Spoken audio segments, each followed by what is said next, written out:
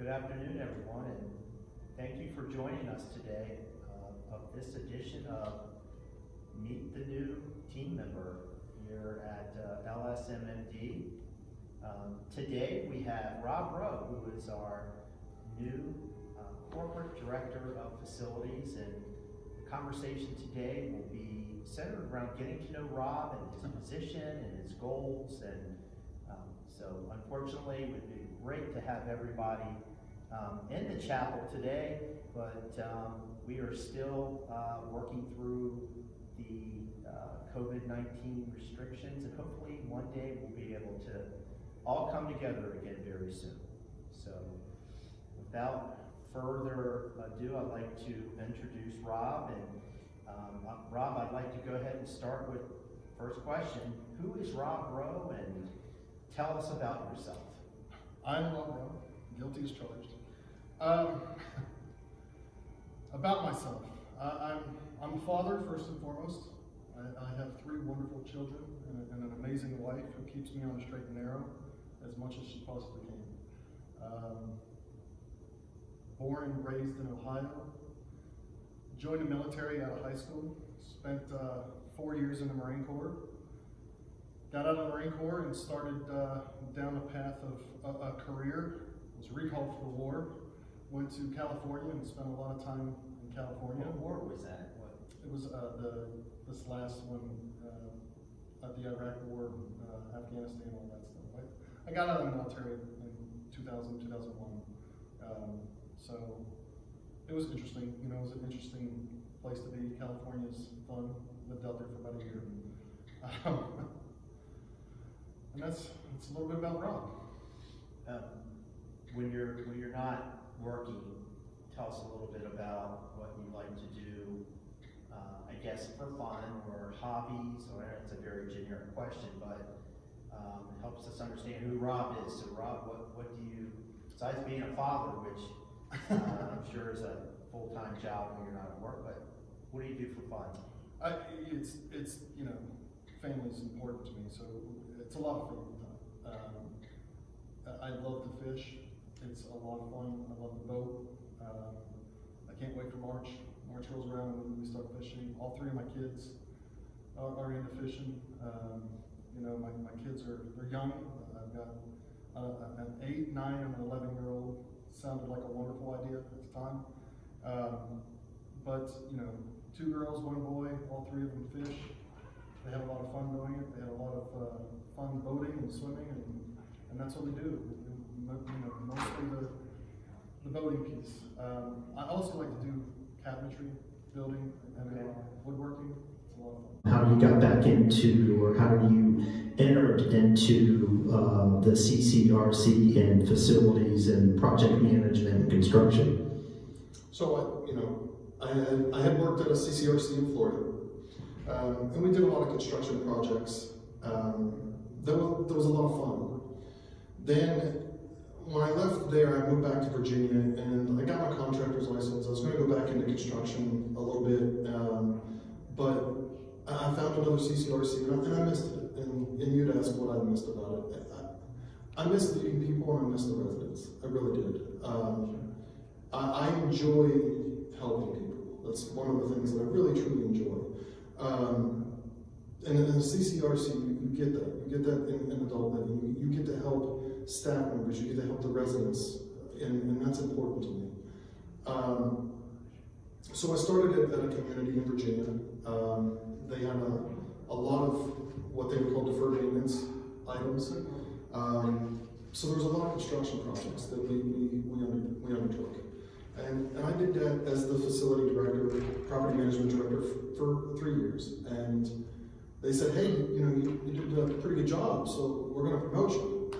So now you've done it here, here's 2 more communities, can you do it here as well? Wow. So I became the regional director, and that's exactly what we did. We had 3 communities, one that I had already worked at that still had projects to do. All said and done, you know, for the last 6 years, I worked at those 3 communities, and we did collectively over the 3 communities, you know, close to $60 million in deferred maintenance and capital projects. And that was wasn't counting for the renovation or the expansion projects that we Right. worked on as well. And that's kind of what led me here. That's how I ended up in CCRCs. So back a little bit to about Rob. Is if I were to meet your family, how would they describe Rob? My wife would say I'm a pain. My kids would say I'm a practical joker. I love a good practical joke, whether it's Okay. on me or whether it's me pouring on somebody. I enjoy laughing. It's important in our lives. Especially now. Especially now. My wife would say I'm driven. I'm very driven. I see something and I go for it, and I don't. One of my analogies is a dog on a bone. Once I get it in my head, I'm going for it, and there's nothing that's standing in my way. I'll figure it out. So I think that's what she would say about me. Going back to your construction, and you've led some pretty big projects in the past and managed through what was your biggest one you had to do? Oh, there's been a few. Biggest as in dollar amount, biggest as in... Let's talk about structure. When I was in business in Florida, I remodeled 3 stories of it was like a 22-story building, and we got the contract to remodel 3 of the stories, the floors, which were complete, got in remodels, and it was a big contract. It was there was a lot of work involved. It was an occupied building, so there was a lot of life safety concerns because it was in the middle, so there was a lot of that. From a resident disruption standpoint, we had to replace all water source heat pumps in 3 or 4 of my communities that I worked in, and that was inside the residents' apartments.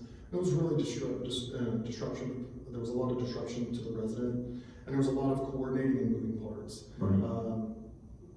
Big projects. I've replumbed buildings, and that's also something that's tough because you're shutting the water off in the middle of the night for hours on end. Re-roofs. There's a lot of things that I've dealt with inside buildings and on the outside. Right. Rob, you had mentioned you'd like to lead, and that's one of the reasons why you got, I guess you re-entered back into our industry. How do you motivate your team? What are the things that get your team to move from A to B and to the next level? So I approach this position and I look at it. There's 4 main components to this position and any facility department. But I believe that if you take care of these 4 things, this job becomes very easy. The first and foremost, why we're here, and number 1 is our mission, right? And it's resident-centered. Right. Anything that we do has to reflect in the best interest of what's in the greatest interest of our residents. First and foremost. Yes. Second to that is our staff. Our biggest asset in any company is our staff. Without them, we can't accomplish our mission. And how I motivate them is first of all, we have to have a common purpose and a common direction, and transparency and communication, and talk to them. That's right. Give them direction, support them, give them the tools they need to do their job and remove roadblocks. I truly believe that if I don't help someone take my position, then I failed them as a leader. Good point. I believe that leadership isn't stagnant. It's not one set. There's many different styles of leadership that a good leader should be able to navigate based on the needs of the person in that position and the situation. Sometimes you need to be directive. Sometimes you need to say, do this. Sometimes it's a coaching. Sometimes you've got to show a different way. Sometimes it's collaborative. You sit around the table and figure out what's in the best interest. Again, reverting back to resident-centered. Sometimes it's supportive. Right. You did a great job. It's all depends on the situation, the individual, and it's showing and developing those folks. Again, giving them the tools that they need to succeed. I believe that's the key to making sure that there's success with your staff. Third, and I said third is regulatory requirements. Right. Supporting the residents and the staff in the health center, in our IL, in independent living, in our assisted living, our memory care, whatever it may be, understanding those regulatory requirements and making sure that we're doing our due diligence and being good stewards of making sure that we're getting that stuff done. Mm-hmm. On a basis of it's a normal everyday activity. It's not something that we do because the fire marshal's coming. It's something that we do because it's the best practice. Right. And finally, financials.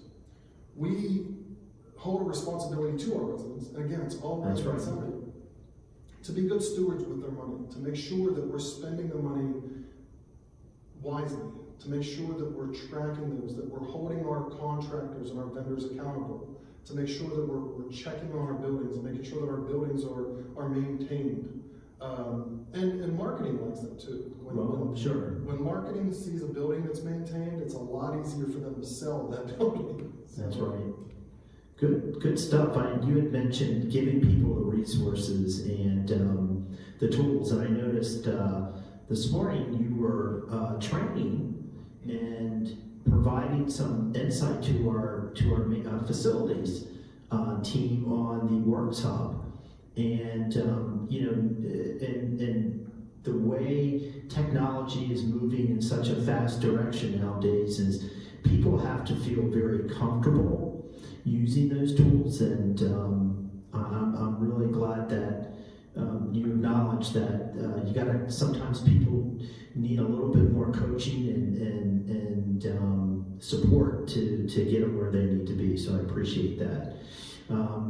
Back to Rob Roe. What motivates Rob Roe? What motivates me? I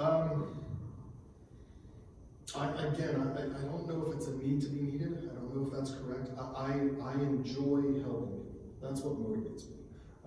If I can come in and have an impact on a positive impact on someone's life, that's important to me.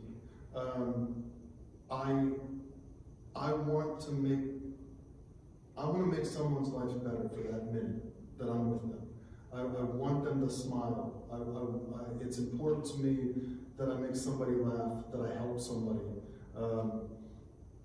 that I give a career path, that I change someone in a positive direction. And that's important to me. That's what drives me. That's what my motivation is. Good stuff. Good motivator. So, Rob, you have a lot of experience, and probably could have picked anywhere to work. Why LSMMD? And we're glad to have you. But why here? It was an interviewing process, some of the things that I asked, and you were on that interviewing panel. I'll take credit. Oh, absolutely, you should. I'll take credit. As you should. It was talking with Jeff, talking with Steve, and understanding. I got to talk to the executive directors during the interviewing process. And one of my main questions that I asked was what the culture was here.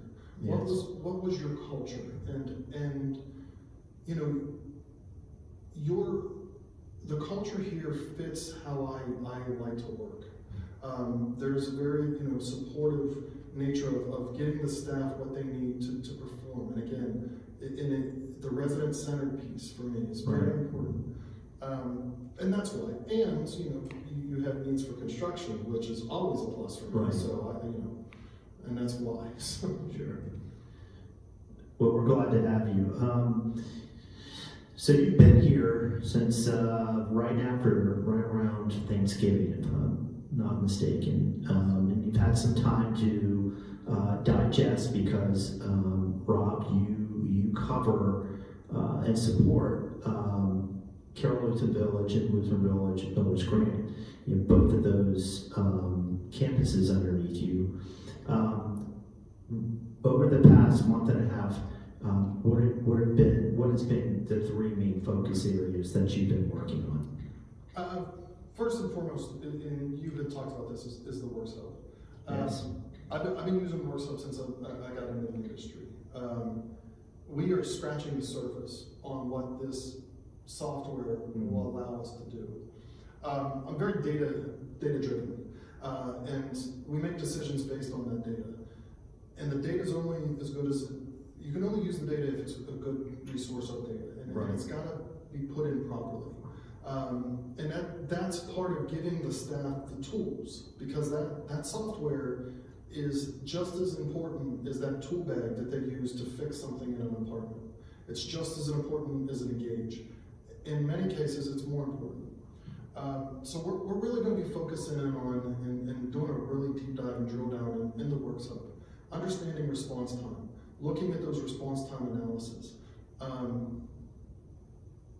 redirecting, but having a better understanding that when you're walking down the hallway, yes, you might get pulled away to go do something, but you have to respond to that resident because there's a work order in there.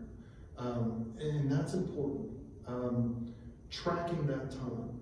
There's a lot of things that we're going to be able to utilize Works Hub for when you're talking not only the work order system, but also asset management, asset aging, forecasting, and planning to maintain these buildings.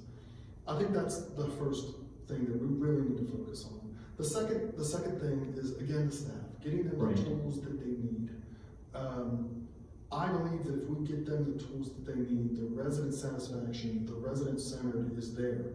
You have a set of staff, and I've been here for six weeks now. Right. There is a set of dedicated staff members here that truly want the best for the residents. We have to give them the opportunity, the leadership, and the ability to provide those services. And then the last thing is the regulatory requirements. We've got, and that's a major focus for me. I want to make sure that our health center is taken care of, that we fall within our regulatory requirements, that we know that we're checking all those boxes, that we have all of our life safety inspections completed. Good top 3 focus areas. I remember probably about 2-3 months ago, I sat right in your chair, and Jeff Brantz was here, and he asked me a similar question, and we're definitely on the same page. We're both driven to improve response and customer service, being resident-centered and resident-focused. So just so everybody knows, Rob and I are on the same page and are dedicated and confident, and certainly moving that forward, making it even better. Okay, let's look at the big picture, Rob. 90 days down from now, what do you see as big focus areas? 90 days. A lot's going to change in 90 days, right? We're going to be out of this pandemic, and it's going to be a whole different world for us, right? Customer service, projects, getting some of the projects up off the ground, things like that. Those are going to be the big picture 90 days. Communication. I truly believe that if we're able to step in front of the residents and just communicate what's happening on a monthly basis, that will eliminate a lot of some concerns that we may have. So 90 days, I want to be able to have built that confidence with our resident and our staff to say the direction that we're going in, it's going to be bumpy. There's going to be some bumps and bruises along the way, but it's the right direction. We're going to get there together. I think that's a big 90-day goal for me. Okay. We might not have all of it fixed, and we're not. There's going to be things that we're going to have to work on. But I think by the 90th day, if we've got everybody understanding the direction and on board, knowing that there's going to be some bumps in the road, I think that's a win for all of us. And thank you. And just to go back for our residents here that are tuning in and listening, you are our corporate director of facilities, so you oversee both CLV, and that is Ross Baker, and the facilities department over at Lutheran Village Millers Grant. work with Rick Winslow.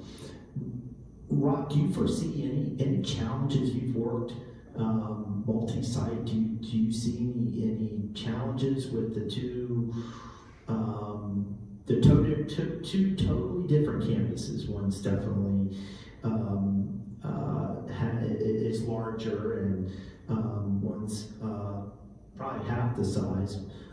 Do you foresee any challenges with overseeing facilities in both those campuses? No, and that's a great question. I don't. I've had the pleasure of working with Ross a lot, Ross Baker, and what a great hire. He's got. I'll take credit. You should. That's.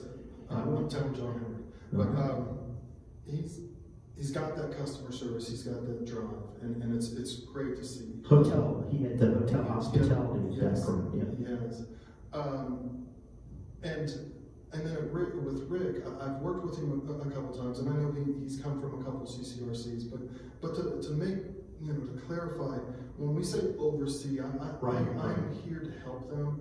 I like to think of my role as not so much of a work organizational chart of where they report out, but more of support. It's not upside down pyramid. I'm supporting those two. And the decisions, and the three of us are going to figure this out. And along with the assistant directors, which makes five of us, right? There's David and there's also Chris. Right. And the five of us collectively, we've already started, and we've got on the calendar weekly calls that we're going to be collectively talking. Much like leadership, you have to adopt different perspectives or different ways of doing things to each community, because they are completely different.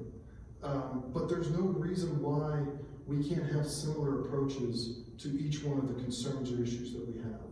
It becomes a best practice and a standard. And I believe by having us around the table on a weekly basis, just on a call, and as we get past this pandemic, visiting each other in different communities, having Rick and David come down here, and having Ross and Chris go there to understand what we're working with. I've done it at other communities with I had 3 at my last place. Those directors still talk to each other on a weekly basis. It's important, and that's how we're going to get through it. This morning we talked with the maintenance staff, and I told them, we're collectively, we're doing this together. One of us can't fail. We all have to support each other up and get through this. And when I say this, like I said, the bumps, the bruises, I mean, we call it what it is. We have some opportunities in the facilities department. We recognize that, and we're going to hit it head on. And that's my commitment to both communities, that we're going to take care of these concerns and issues, and time will tell. Yeah, I think we've, and I'll say everyone at both campuses, obviously we've had an outside vendor managing our facilities for quite a long time, and just recently we made a decision to bring it in-house. So you had mentioned hurdles and bumps and bruises, and we've done that. We've got the team now in place at both locations. The ingredients are there, and Rob, you're going to be the chef on it, and we're looking forward to it, and really continuing to, like, as you mentioned, be resident focused, resident centered. Just another question I'd like to ask you. We talked a little bit about this. Kind of goes back to your Rob Roe, getting to know Rob Roe. The pandemic has been, let's say, very restrictive in terms of where we can go as human beings. I mean, we all used to go to restaurants, sporting events, you name it. We used to, everybody would go and didn't think twice about it. And now we certainly, in our church, just being able to go to church was, you look back at it and wow, it was great. When the pandemic ends, restrictions drop, where is the first place Rob Roe is going to go? So, I'm a family guy, so I think the actual first place that my family's going to go is probably out to a restaurant. We enjoyed going to a restaurant, sporting events. I am a Steeler fan, I admit it, even though they didn't play last weekend. They won't be playing this weekend. They did have a tough go of it last weekend. I still say they didn't play. I'm just in denial. My son is into hockey, loves hockey. He's a Penguins fan. It's tough to be a Penguins fan in Capital World.